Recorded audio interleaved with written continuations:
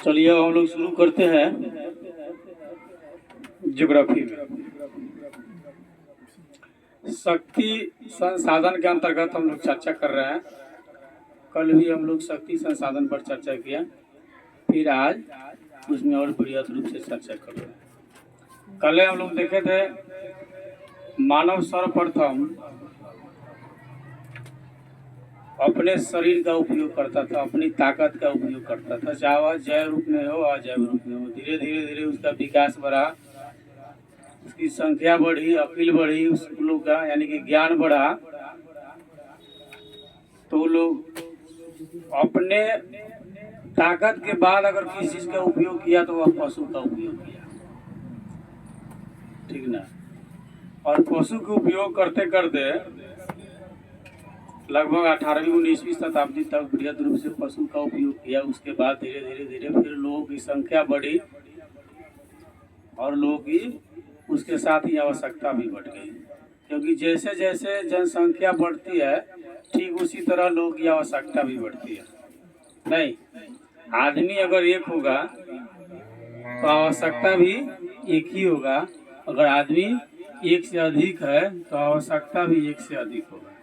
एक आदमी को खाने के लिए जैसे मान लीजिए 5 रोटी की जरूरत पड़ती है, और अगर आदमी 50 है तो 250 रोटी की जरूरत पड़ेगी। तो जनसंख्या जितना बढ़ेगा आवश्यकता भी उतना ही बढ़ेगा। समस्या यहाँ की आवश्यकता की पूर्ति करने के लिए साधन नहीं बढ़ेंगे। जो प्राकृतिक रूप में मौजूद है वह नहीं बढ़ सकता, जो भूगर्भ में पैदा हो गया है वह नहीं बढ़ेगा, ठीक ना। जैसे कोयला के भंडार है, सीमित मात्रा में होगा, हमारी जनसंख्या बढ़ जाएगी लेकिन कोयला का भंडार थोड़ी बढ़ जाएगा। हमारी जनसंख्या बढ़ जाएगा, पीने योग्य जो जल है वो थोड़ी बढ़ जाएगा, नहीं बढ़ेगा। तो शक्ति संसाधन के अंतर्गत हम लोग चर्चा कर रहे हैं।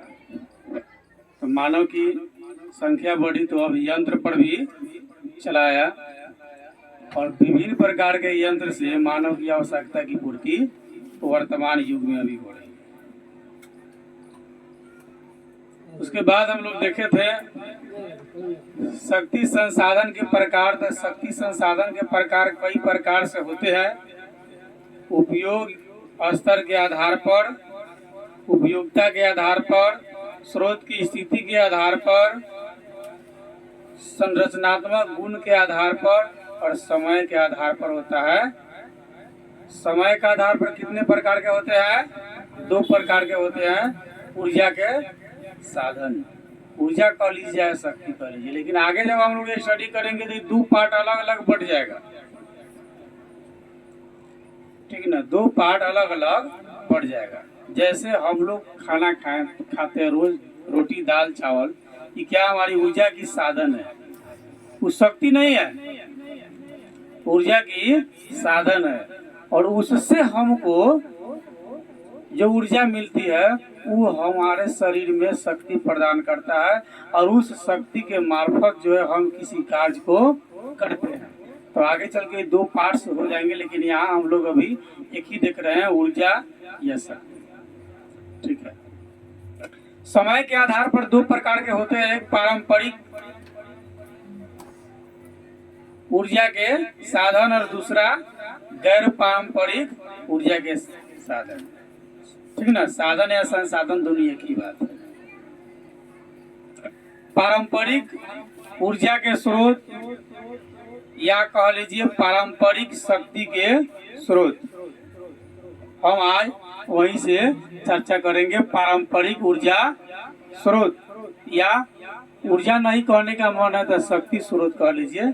यहाँ तक इसे आगे चलेंगे तो हम लोग इसका डिवाइड कर लेंगे।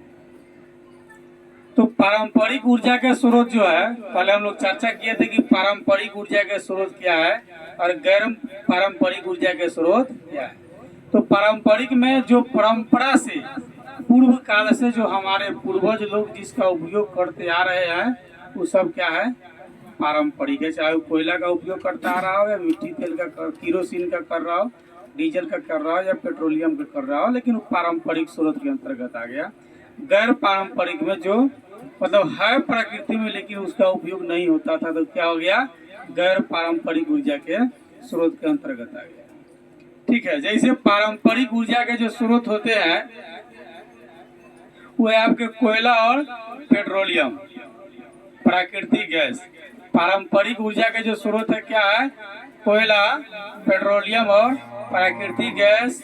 और गैर पारंपरिक ऊर्जा के स्रोत है सूर्य, पवन, ज्वार, परमाणु ऊर्जा, गर्म झरना। ये सब क्या है, गैर पारंपरिक ऊर्जा के स्रोत है। कोयला, पेट्रोलियम, प्राकृतिक गैस जो है, कोयला, प्राकृतिक गैस पारंपरिक ऊर्जा के स्रोत है या संसाधन है। ठीक ना, कोयला, पेट्रोलियम और गैस क्या है, पारंपरिक ऊर्जा के संसाधन। इसको हम स्रोत भी बोल सकते हैं। ठीक है, तो कोयला, पेट्रोलियम, प्राकृतिक गैस पारंपरिक ऊर्जा के स्रोत है, यानी कि पूर्व काल से इसका उपयोग होता हुआ आ रहा है और अभी वर्तमान तक चल रहा है, और जब तक रहेगा भंडार तब तक चलता रहेगा। पारंपरिक है।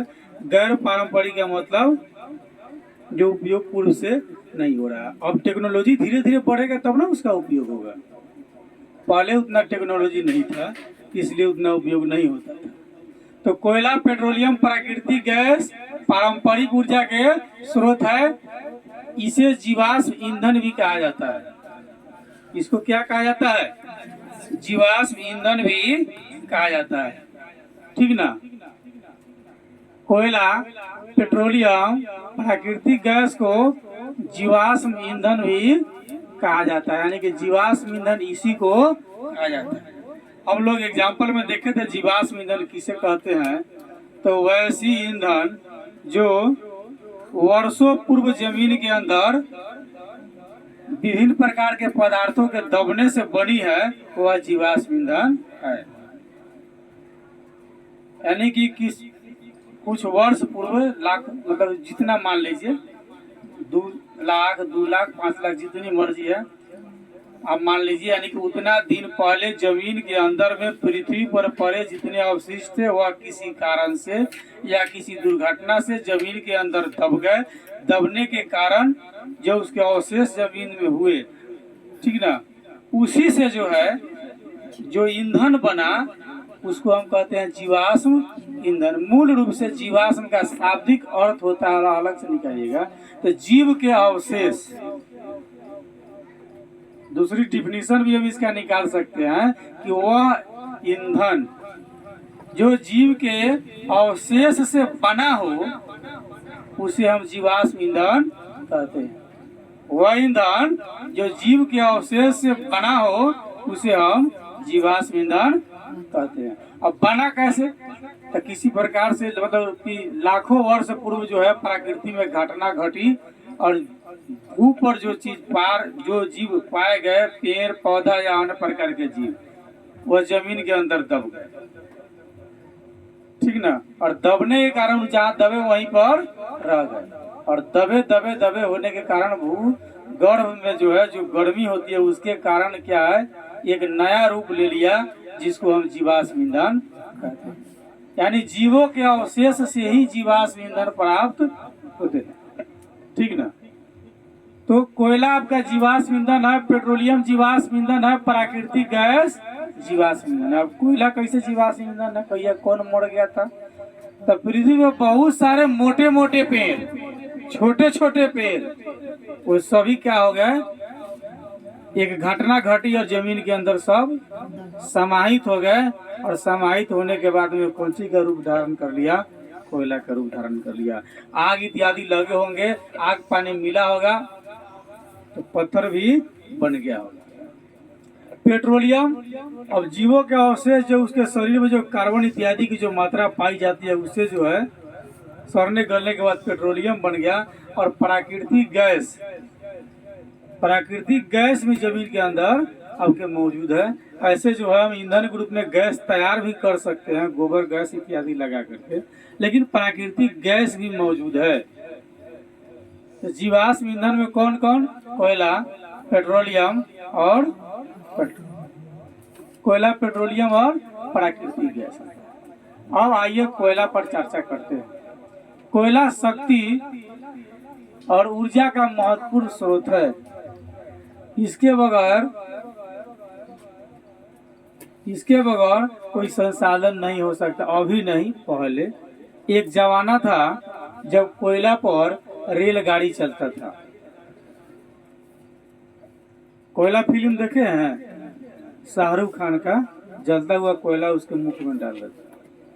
या बहुत सारे मूवी दिखाई गई है। ये पुराना गद्दर फिल्म देखे? गद्दर, उसमें देखिएगा कोयला झोंक झोंक करके ना ट्रेन को भगाया जाता है। गदर फिल्म से सभी लोग परिचित होंगे? नहीं, पाकिस्तान से लेडी लेकर के आ जाता है। नहीं, गदर फिल्म का जो घटना दिखाया गया उसमें तो हमारे समझ से जहाँ तक अनुमानित विशेष हम उसको देखे नहीं। देश के जब बंटवारा हुआ रहता है उसमें किसी कारण से वह लड़की इस देश में चली आई रहती है, नहीं, फिर उसको छोड़ने जाता है, फिर आना जाना इत्यादि तो लगा ही रहता है। हमारी चर्चा अभी कोयला पर थी, फिल्म की बात अलग रहेगी। तो कोयला जो है महत्वपूर्ण स्रोत है किसका? ईंधन का।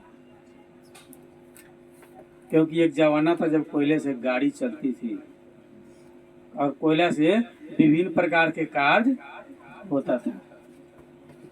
ठीक है, तो कोयला शक्ति और ऊर्जा का महत्वपूर्ण स्रोत है। आज भी इसका बहुत सारा उपयोग वाहन में नहीं करके लेकिन बहुत सारे क्षेत्र में होता है। जैसे ईंट इत्यादि पकाने में जहाँ चिमनी है वहाँ पर भी इसका उपयोग होता है। अभी भी बड़े बड़े होटल में खाना बनाने के लिए होता है, कपड़ा इस्त्री करने के लिए होता है, इलेक्ट्रिक उत्पादन करने में होता है। बहुत सारे क्षेत्र में इसका उपयोग जो है कोयला का भी हो रहा है। बिजली बनाने में होता है, खाना पकाने में होता है, नहीं, ईंट पकाने में होता है और कुछ अन्य क्षेत्र में भी इसका उपयोग होता है। यह भूगर्भ में पाया जाता है। भूगर्भ मतलब जमीन के गर्भ में, समझे? हमने अपना भाषा में समझे गर्भ माने पेट में ना। गर्भ का मतलब कैसे समझते हैं? पेट में। कौन किसी कह दे कि गर्भवती है, नहीं, तो समझे ये माँ बनने वाला। तो जमीन के कहता है, क्या कहा है? भूगर्भ। भू माने भूमि और गर्भ माने उसके अंदर। यहाँ पेट में ना होता है, उसके अंदर हो। तो भूगर्भ में यानी कि यह भूगर्भ में पाया जाता है क्या? कोयला, यानी जमीन के अंदर पाया जाता है। 1 जनवरी 2008 के अनुसार 1200 मीटर की गहराई में मौजूद थी। कोयला जो है 1 जनवरी 2008 में जब यह अनुमान लगाया गया, सर्च किया गया, तो 1200 मीटर गहरी थी। क्या? कोयला। कितना मीटर? 1200 मीटर गहरी थी। गर्थ ये ऊपर से खनते हुए नीचे जाएगा तो 1200 मीटर गहरी थी। क्या? कोयला। जिसकी अनुमानित भंडार जो है प्राय 26,454 करोड़ टन आंका गया था। 2008 में जब आकलन जो किया गया था 1200 मीटर गहराई में कोयला पाई गई और थी कितना कोयला? लगभग 26,454 करोड़ टन आंका गया, जो 7-8 में आकर 456.373 हो गया। पहले था 26,454। कब? 1 जनवरी 2008 में।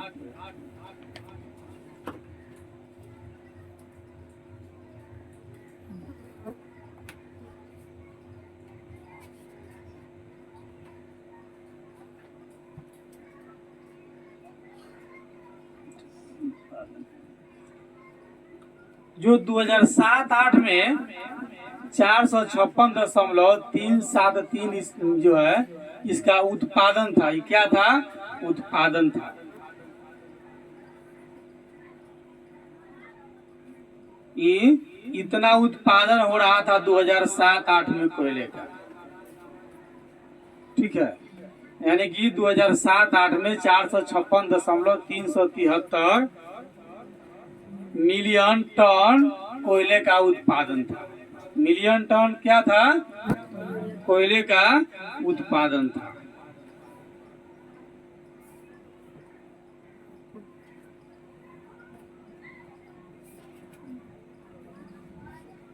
उत्पादन था 7-8 में। जो खोजा गया तो था 26,454 करोड़ टन, जिसमें से उत्पादन जो है 456.373 मिलियन टन जो है क्या था?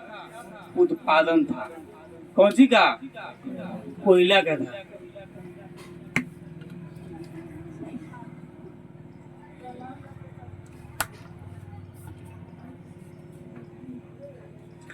भूगर्भिक दृष्टि से भारत के समस्त कोयला भंडार को दो भागों में बांटा गया।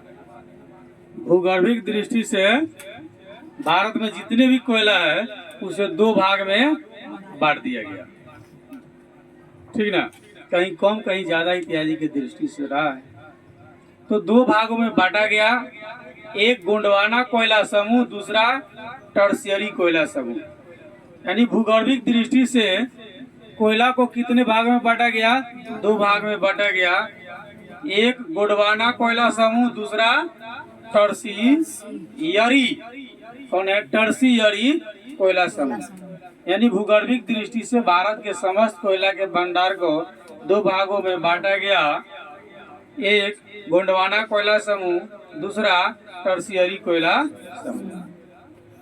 अब गोंडवाना कोयला समूह पर हम चर्चा करते हैं। तो गोंडवाना कोयला समूह जो है कि इसमें भारत के 96% कोयले का भंडार है। यानी कि गोंडवाना कोयला समूह में भारत के 96% कोयले का भंडार है, ठीक ना। गोंडवाना कोयला समूह में भारत का कितना प्रतिशत कोयला पाया जाता है? 96%।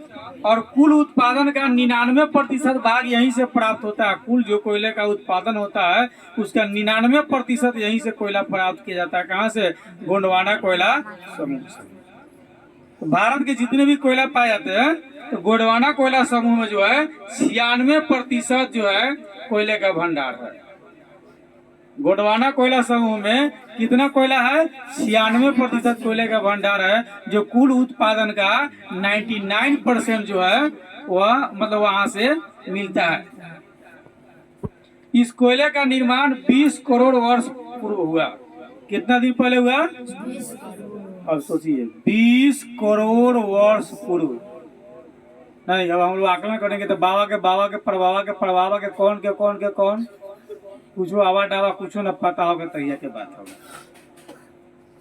20 करोड़ वर्ष तैका दिन हुआ है? अभी तो हमने 2021 बल्कि 2023 से गिन रहे हैं। अब 20 करोड़ वर्ष पूर्व से पीछे चले जाइए, पता ना उस समय कैसा गणित रहा होगा, लोग का रहन सहन कैसा रहा होगा, क्या उस समय ही जन्म लिया रहा होगा तो कैसा रह रहा होगा, ऐसे ही घूम रहा होगा।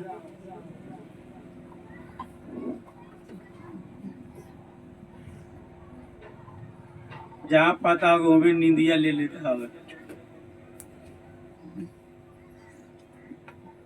तो गोंडवाना कोयला समूह जो है भारत में 96% जो है पाया जाता है, और इसके उत्पादन के दृष्टि से 99% यहीं से प्राप्त किया जाता है। क्या? कोयला। गोंडवाना कोयला समूह का निर्माण कब हुआ? 20 करोड़ वर्ष पूर्व हुआ। मतलब 20 करोड़ वर्ष से पहले। हाँ,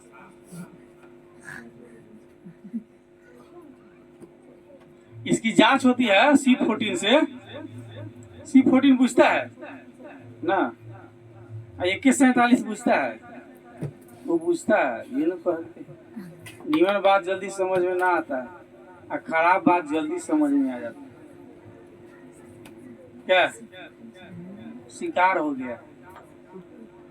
ये जीवन में एगो चीज आप हमेशा याद रखिएगा, अगर आप अच्छी बात नहीं सीख पाते हैं जीवन में तो बुरी बात सीखने के लिए अलग से ट्रेनिंग नहीं लेना होगा, अपने सीख जाइएगा। जीवन में अगर धनिक नहीं बन सकते हैं तो गरीब बनने के लिए अलग से ट्रेनिंग नहीं लेना होगा, अपने बन जाइए। कुछ भगवान अपने दे देता है, नहीं कुछ ऑटोमेटिक मिलता है, और आप अमीर बन जाइए। अगर खूब मेहनत करते हैं और बड़ा आदमी बन जाते हैं तो फिर बड़ा बनने के लिए अलग से ट्रेनिंग नहीं लेना होगा, डायरेक्ट बन जाइएगा। क्या कुछ चीज प्रकृति में मौजूद भी होती है, तो वही बात है।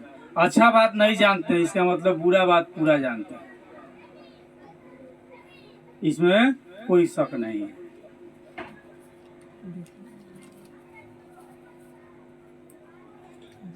गोंडवाना कोयला समूह पर हम लोग चर्चा कर रहे थे, यानी कि भारत के 96% कोयला जो है गोंडवाना कोयला समूह में पाया जाता है। जो उत्पादन के दृष्टि से 99% जो है भाग गोंडवाना कोयला समूह से ही उत्पादन होता है। इस कोयले का निर्माण 20 करोड़ वर्ष पहले हुआ और ये मुख्य रूप से 4 नदी घाटी में पाया जाता है। गोंडवाना कोयला समूह का जो कोयला है, यानी कि गोंडवाना कोयला समूह जो है 4 नदी घाटी में पाया जाता है। नंबर 1 दामोदर घाटी, नंबर 1 दामोदर घाटी, नंबर 2 सोन घाटी, नंबर 3 महानदी घाटी और नंबर 4 वर्धा दामोदर घाटी। सब नदी है, इस के आसपास में कोयला पाया जाता है। अब सोचिए नदी के आसपास में कोयला मिल रहा है, ठीक है। तो गोंडवाना कोयला समूह को बनने में कितना समय लगा? 20 करोड़ वर्ष पूर्व ही बन गया, ठीक है। ये मुख्य रूप से कितने नदी घाटी में पाए जाते हैं? 4। कौन कौन? दामोदर जी तो याद रहेगा, दामोदर, सोन, महानदी और चौथा है वर्घा दामोदर घाटी। चौथा वर्घा दामोदर घाटी में आपको गोंडवाना कोयला समूह पाया जाता है। यानी कि गोंडवाना कोयला समूह कहाँ पाया जाता है? 4 नदी घाटी में, दामोदर नदी घाटी, सोन नदी घाटी, महानदी नदी घाटी और वर्घा दामोदर घाटी। सब नदी यही सब के घाटी में क्या मिलता है? कोयला। और कम नहीं, पर्याप्त मात्रा में, पर्याप्त मात्रा में क्या मिलती है? कोयला मिलती है। अब हम लोग देखेंगे कि मुख्य रूप से कोयला का क्षेत्र कौन कौन है।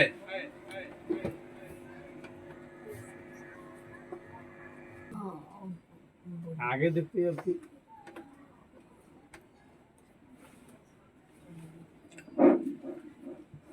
अब हम लोग चर्चा करेंगे गोंडवाना समूह का कोयला कहाँ कहाँ पाया जाता है। अब कोयला क्षेत्र देखेंगे, ठीक ना। यानी कि गोंडवाना समूह का कोयला क्षेत्र मतलब कहाँ कहाँ मिली है ना।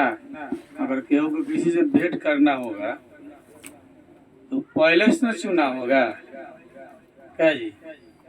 पहले मिडिल स्कूल में मिलेंगे, उनमें नहीं रहेंगे तो हाई स्कूल में पक्का मिलेंगे, वहाँ से नहीं मिलेंगे तो और आगे कौन कौन है स्थान? इधर नहीं तो पहाड़पुर पुल पर और ना कहीं तो मथुरापुर तक पक्का मिल जाएगा।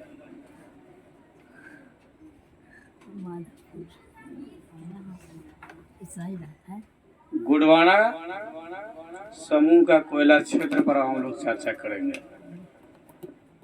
हम लोग की चर्चा है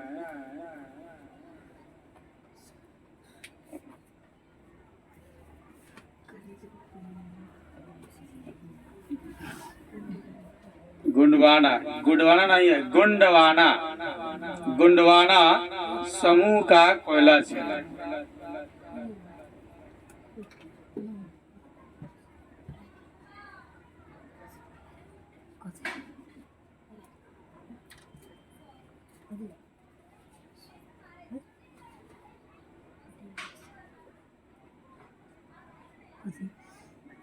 ठीक है, गोंडवाना समूह का कोयला क्षेत्र कहाँ कहाँ पाया जाता है? सबसे पहले झारखंड। कहाँ पाया जाता है? नंबर 1 में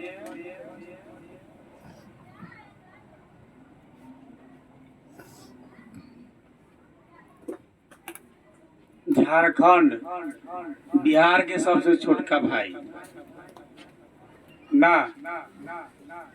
दूसरा स्थान में छत्तीसगढ़।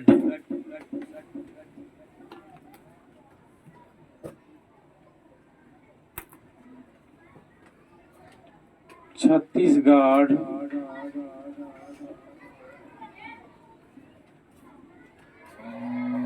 तीसरा उड़ीसा,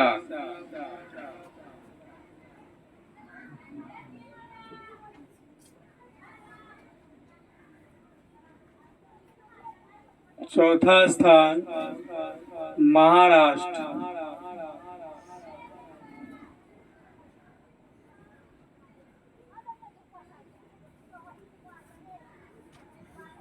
पांचवा मध्य प्रदेश,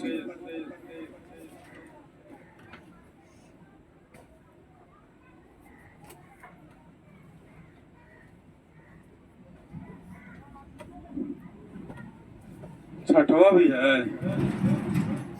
पश्चिम बंगाल। कहाँ पाया जाता है?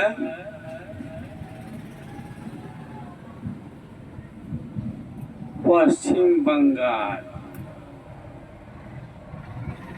यानी कि गोंडवाना समूह का कोयला क्षेत्र निम्न प्रकार है: झारखंड, छत्तीसगढ़, उड़ीसा, महाराष्ट्र, मध्य प्रदेश, पश्चिम बंगाल। ठीक ना? गोंडवाना समूह का कोयला क्षेत्र कौन कौन है? झारखंड, छत्तीसगढ़, उड़ीसा, महाराष्ट्र, मध्य प्रदेश और पश्चिम बंगाल। इन सभी क्षेत्र में गोंडवाना समूह के कोयला पाया जाता है। ठीक है, अब झारखंड के अंतर्गत हम लोग देखते हैं कि किधर किधर है।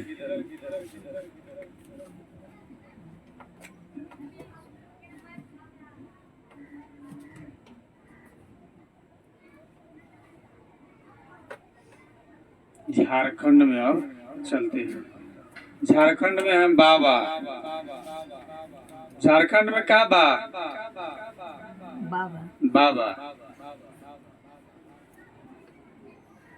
बाबा बैजूनाथ धाम ना। रावण वाला, रावण उसी को उठा करके लेकर जा रहा था। चलिए अब झारखंड में चलते हैं। कोयले के भंडार और उत्पादन की दृष्टि से झारखंड भारत का पहला क्षेत्र है। यानी कि कोयले के भंडार और उत्पादन की दृष्टि से भारत में जो है झारखंड प्रथम स्थान रखता है। यानी भारत में जितना भी कोयला उत्पादन होता है उनमें सबसे अधिक कोयले का उत्पादन झारखंड से होता है। यहाँ देश का 30% से अधिक कोयला सुरक्षित भंडार है और 23% से अधिक पाया जाता है। कोयला यहाँ झड़िया, बोकारो, गिरिडीह, कर्णपुरा, रामगढ़ इस राज्य के प्रमुख उत्पादक क्षेत्र है। झड़िया के नाम फेमस है नहीं, फेंक दिले थड़िया का सजनवा गईले झड़िया। हाँ, एक और गाना आया था, जाता नहीं झड़िया कमाए।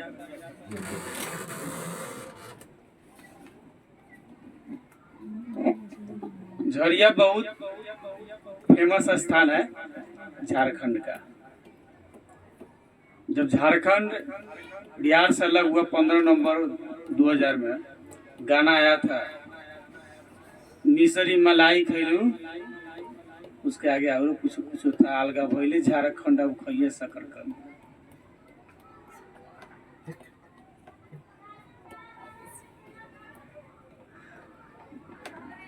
तो उस जमाने की बात थी, चल रहा था, क्योंकि जितना इंडस्ट्रियल एरिया था, फैक्ट्री इत्यादि थी, जो भी प्राकृतिक रूप से संसाधन जो था वो सब झारखंड में ही चला गया। अभी जो स्टडी जो हम लोग कर रहे हैं कि भारत में अगर सबसे अधिक कोयले का उत्पादन होता है तो वह है झारखंड, जहाँ सबसे अधिक कोयले का उत्पादन होता है। यानी भारत में प्रथम स्थान पर झारखंड कोयले उत्पादन के क्षेत्र में आता है। सबसे अधिक कोयले का उत्पादन झारखंड में ही होता है।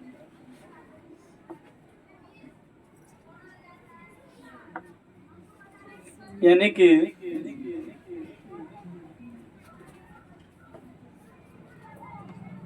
कोयला उत्पादन में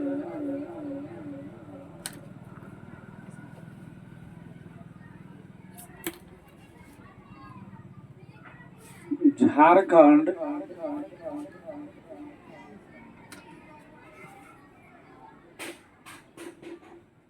भारत में प्रथम स्थान पर है। कोयला उत्पादन में झारखंड भारत में प्रथम स्थान पर, यानी सबसे अधिक कोयले का उत्पादन यही होता है।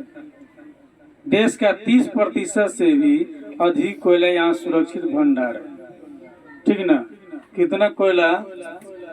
यानी 30% से अधिक कोयला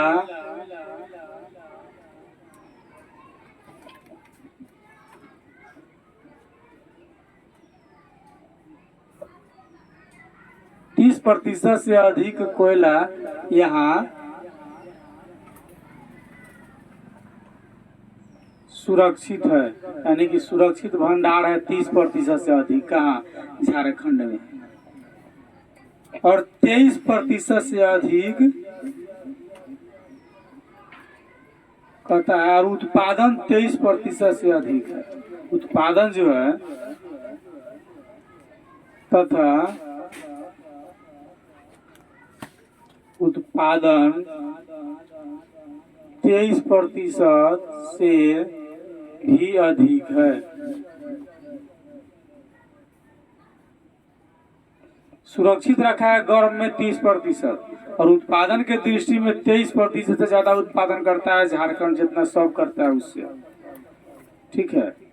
इसका मेन शहर है जहाँ कोयला मिलता है झरिया। झरिया में जे जाएगा कमाए हो जाएगा करिया। बुझला? जे ज्यादा गोर गोर हो उ सबके झरिया भेज दिया, अपने करिया होके चले। तो झरिया, बोकारो,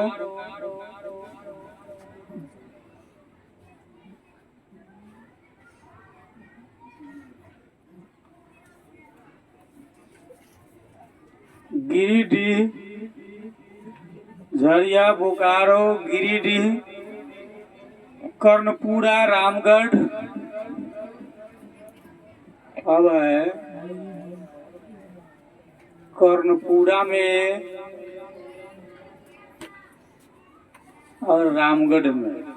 यानी झारखंड के झरिया, बोकारो, गिरिडीह, कर्णपुरा, रामगढ़ में कोयले का उत्पादन होता है। झरिया, बोकारो, गिरिडीह, कर्णपुरा, रामगढ़ में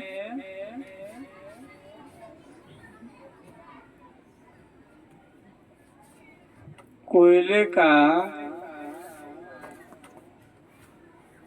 उत्पादन होता है।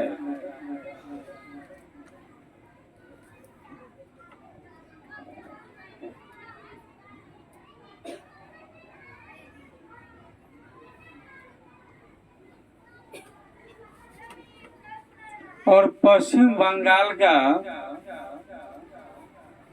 जिसके बगल में पश्चिम बंगाल है, और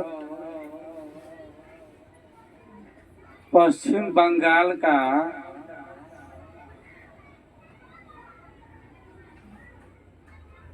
रानीगंज,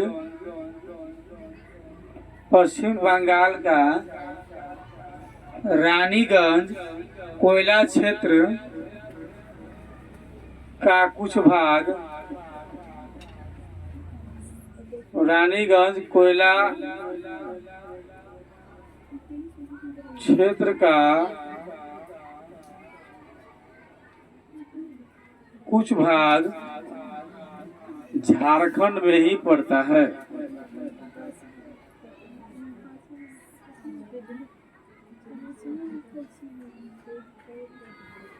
झारखंड में ही पड़ता है। ठीक है, तो झारखंड के कहाँ कहाँ कोयला मिलता है? झरिया, बोकारो, गिरिडीह, कर्णपुरा, रामगढ़ में कोयले का उत्पादन होता है। और पश्चिम बंगाल का रानीगंज कोयला क्षेत्र जो है झारखंड में ही पड़ता है, यानी कुछ ही भाग लेकिन झारखंड में पड़ता है। रानीगंज कहाँ है? पश्चिम बंगाल में। धातु के उपयोग में कोयला इन्हीं दामोदर घाटी क्षेत्र से ही प्राप्त किया जाता है। दामोदर घाटी कहाँ है? झारखंड में। लोहा इस्पात कारखाने को अधिकतर कोकिंग कोल भी इन्हीं क्षेत्र से प्राप्त होता है। कोयला क्षेत्र का महत्व अब घटता जा रहा है। 1970 में इस क्षेत्र से देश का 47% कोयला का उत्पादन हुआ, जबकि 2004-05 में घटकर 23% रह गया है मात्र। पहले खूब होता था, लेकिन अब साधन बढ़ी, अब विशेष कोयला का उपयोग नहीं होता है। अब वाहन में होइबे नहीं करता, खाना बनाने के लिए होइबे नहीं करता, चिमनी इत्यादि में जो है होता है ईंटा वगैरह पकाने उकाने के लिए। अब विशेष काम अब कोयला से नहीं होता है। कोई चिमनी भट्टी जलाने के लिए और जहाँ से इलेक्ट्रिक पैदा की जाती है हीटिंग से, वहाँ पर विशेष अब इसका उपयोग नहीं रह गया। दूसरा हम लोग चर्चा करेंगे गोंडवाना समूह का कोयला और कहाँ पाया जाता है। तो दूसरका पाया जाता है छत्तीसगढ़ में। दूसरका कहाँ? छत्तीसगढ़।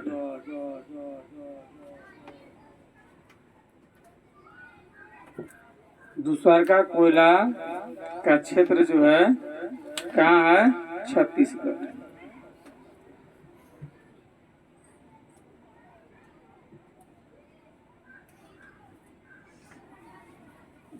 यह जो है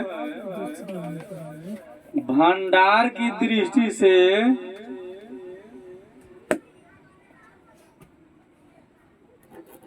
तीसरा स्थान रखता है। कौन? छत्तीसगढ़। यानी कि गोंडवाना समूह के कोयले के भंडार की दृष्टि से तीसरा स्थान पर है।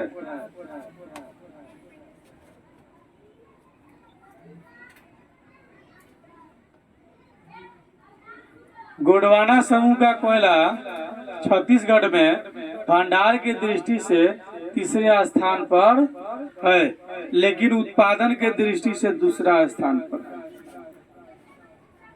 लेकिन उत्पादन के दृष्टि से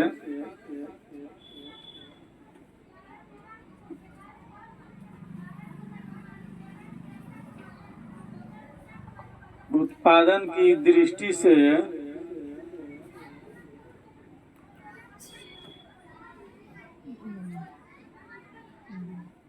दूसरे स्थान पर, यानी दूसरा स्थान पर है। भंडारण के दृष्टि से तीसरा और उत्पादन के दृष्टि से दूसरा स्थान पर है। कौन? छत्तीसगढ़। यहाँ देश का 15% सुरक्षित भंडार है। यहाँ 15% सुरक्षित भंडार है। ठीक है, लेकिन उत्पादन 16% होता है।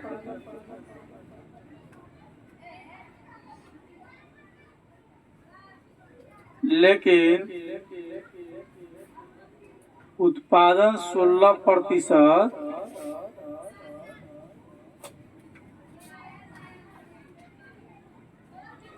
होता है कितना 15%, उत्पादन कितना 16%। उत्तरी छत्तीसगढ़ के मुख्य कोयला क्षेत्र चिरमिरी, ठीक ना, इसका क्षेत्र है जहाँ कोयला मिलता है छत्तीसगढ़ में।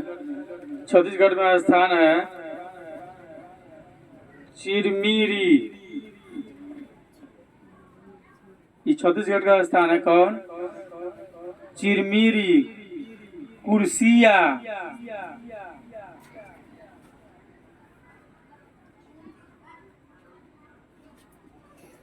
कुर्सिया, विश्रामपुर, बैठा तो ले आविले, ये विश्रामपुर, झिलमिली, झिलमिली, झिलमिली हो गया, झिलमिली। उसके बाद सोनहाट,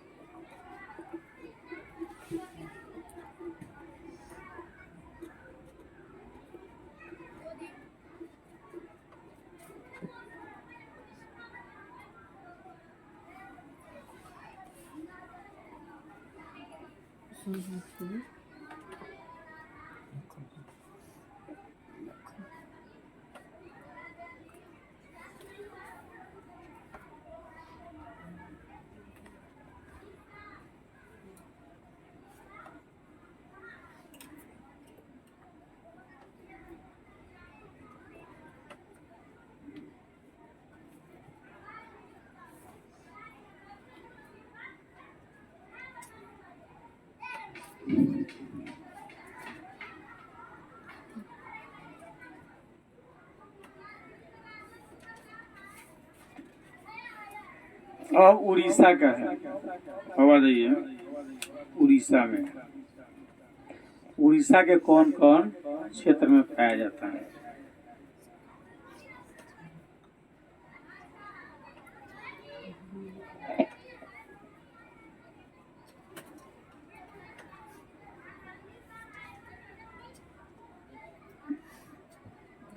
उड़ीसा देश का 1/4 कोयला का भंडार है, ठीक है।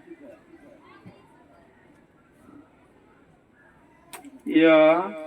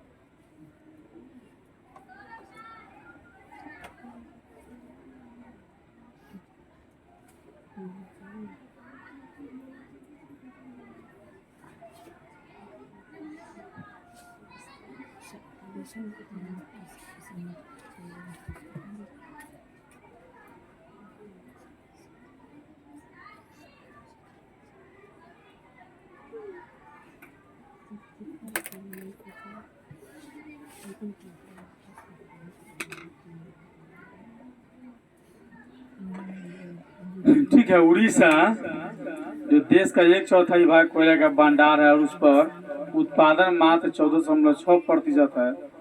तालचर में कोयले का विशाल भंडार या उच्च कोटि के कोयला होता है। उसके बाद महाराष्ट्र, भारत का मात्र 3% कोयला महाराष्ट्र में मिलता है, ठीक है। अधिकतर कोयला चांदा, वर्धा, कपटी तथा बंदेर से प्राप्त होती है, ठीक है। अब आगे है मध्य प्रदेश। कहा? मध्य प्रदेश में देख लीजिए, इस राज्य में देश का मात्र 7% कोयले का भंडार है, क्योंकि अधिकांश कोयला क्षेत्र छत्तीसगढ़ में चला गया। और यहाँ प्रमुख कोयला उत्पादन जो है सिंगरौली, सोहागपुर, जोहिल्ला तथा उमरिया में होती है।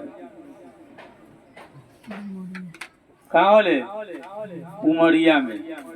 उमरिया कहाँ है? मध्य प्रदेश में।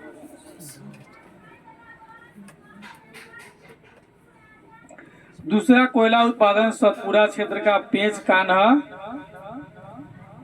पथखेरा और महेपानी का है। पश्चिम बंगाल है, यह राज्य सुरक्षित भंडार की दृष्टि से चौथा स्थान पर है और उत्पादन की दृष्टि से 7वां स्थान पर। रानीगंज सबसे महत्वपूर्ण कोयला क्षेत्र है, जिसका कुछ भाग झारखंड में पड़ गया है और कुछ कोयला दार्जिलिंग में भी कट करके चला गया है।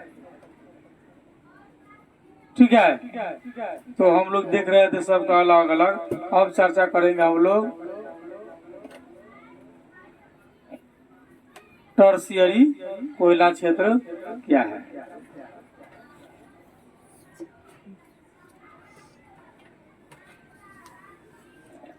टर्शियरी